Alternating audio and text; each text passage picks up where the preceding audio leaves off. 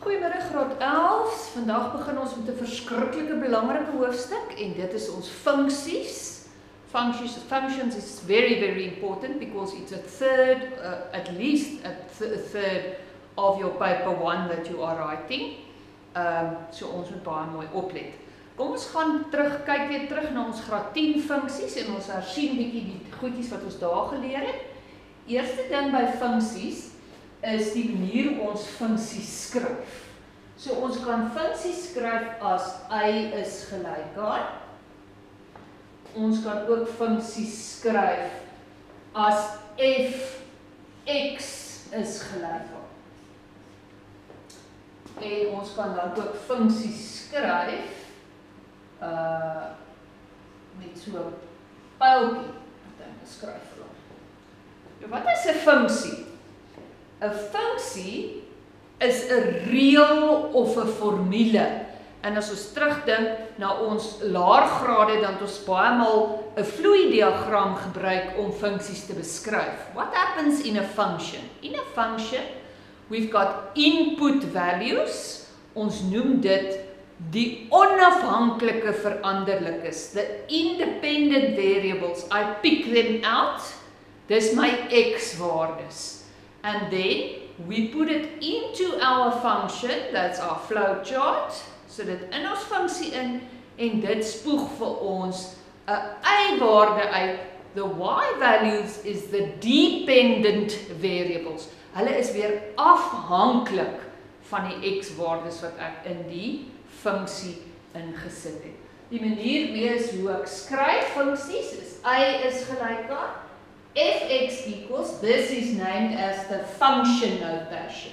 And this way of writing is the mapping notation, afbeeldingsnotasie. And then another word that's also familiar with you guys are familiar with is a mother function. 'n Moederfunksie is die heel basiese funksie wat ek moontlik kan hê. Hy het nie baie parameters aan hom vasgeheg nie. Things that change its look. It's not attached. It's as basic as possible. Our mother function. En in die hoofstuk sal julle baie maal sien dat in plaas van fx skryf hulle mx omdat dit die moederfunksie is.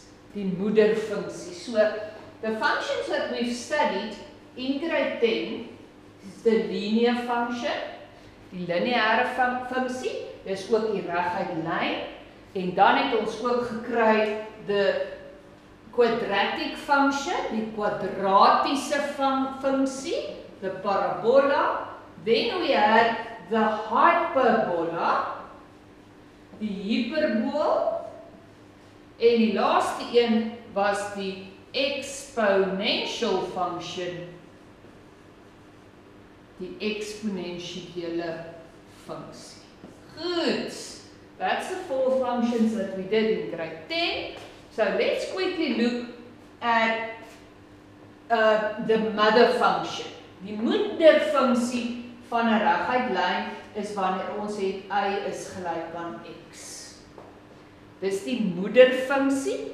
As ons hom gaan teken, dan lyk hy sommer net so. As daai my y-as is, that's my x-axis, y-axis, then the y equals x line simply going through the origin en sy x en y waardes is oral dieselfde. So hier's minus 4, minus 4, minus 3, minus 3, minus 2, minus 2, 0, 0, 1, 1, 2, 2, dis die koördinate. So if you look at all the x values, then it's going to be all the x values that exist. Al die x waardes word ingesit en al die y waardes word uitgespoeg. Dieselfde y waarde word uitgespoeg. So it never begins, it never ends. Our quadratic function, mother function, parabola, is y equals x squared. Dis ons moederfunksie. Hy lyk so, as ons x-as en ons y-as daar is, x en y, dan lyk ons smiley face parabola so. Daar's ons hy, smiley face parabola, our mother function. So sy x-waardes is van hier tot hier, alle x-waardes, all x values.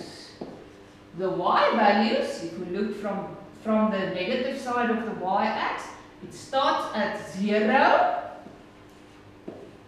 exactly on 0, and it goes to infinity. Goed, kom ons kyk na die hyperbool, ons moeder hyperbool. Y is gelyk aan 1 op x. Dis ons moeder hyperbool. En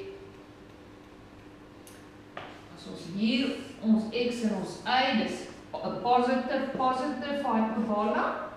This is the x-axis, y-axis.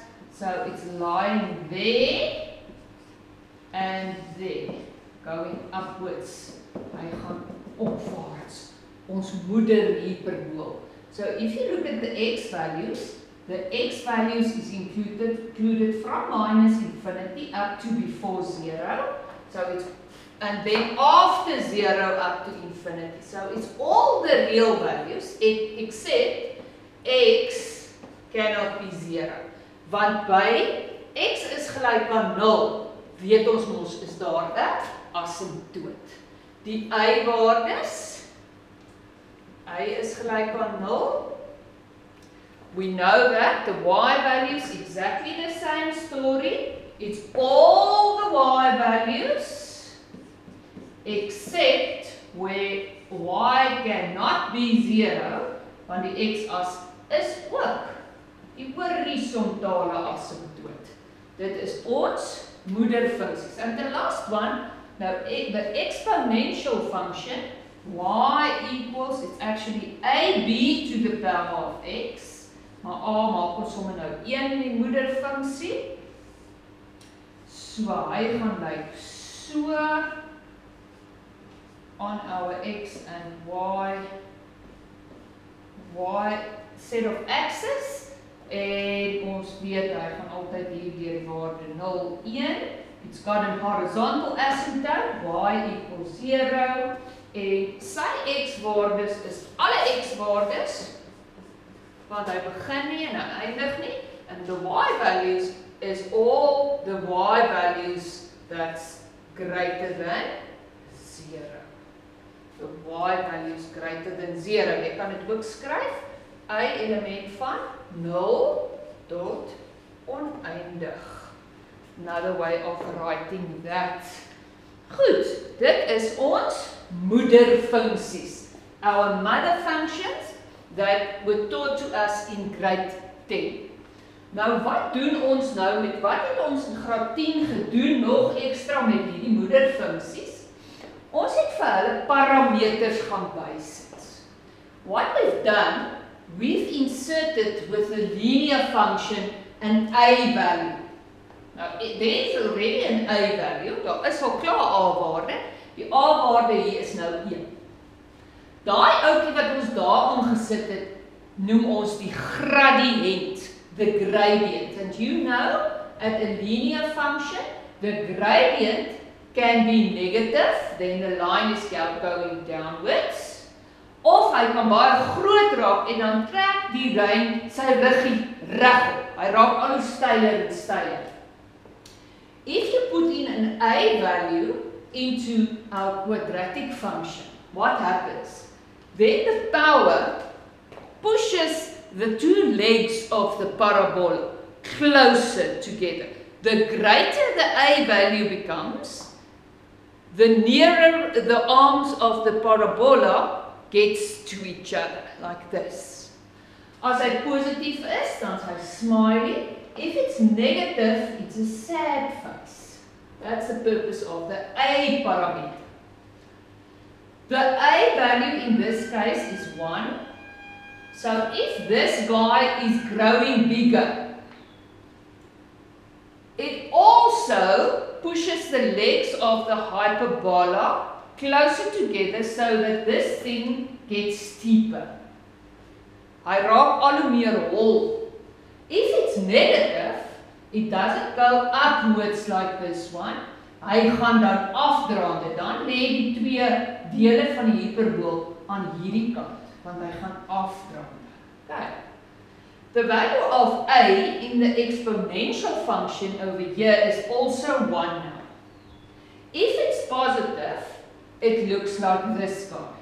The moment it gets negative, dan word dit gereflekteer oor die x-as en hy gaan lê hier aan die onderkant. Dit het ons verlede jaar geleer. When this a value grows bigger, the same happens with the exponential function.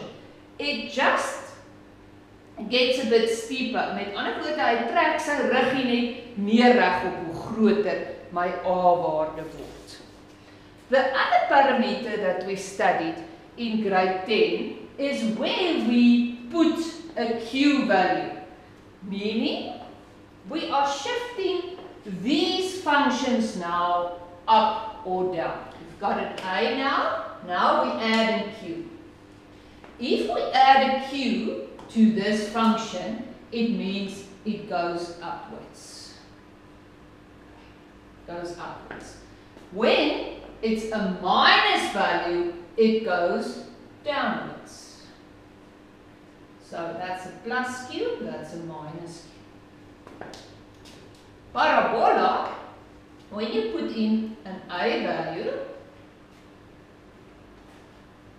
right, let me show you the a values. I'm going to do that in blue.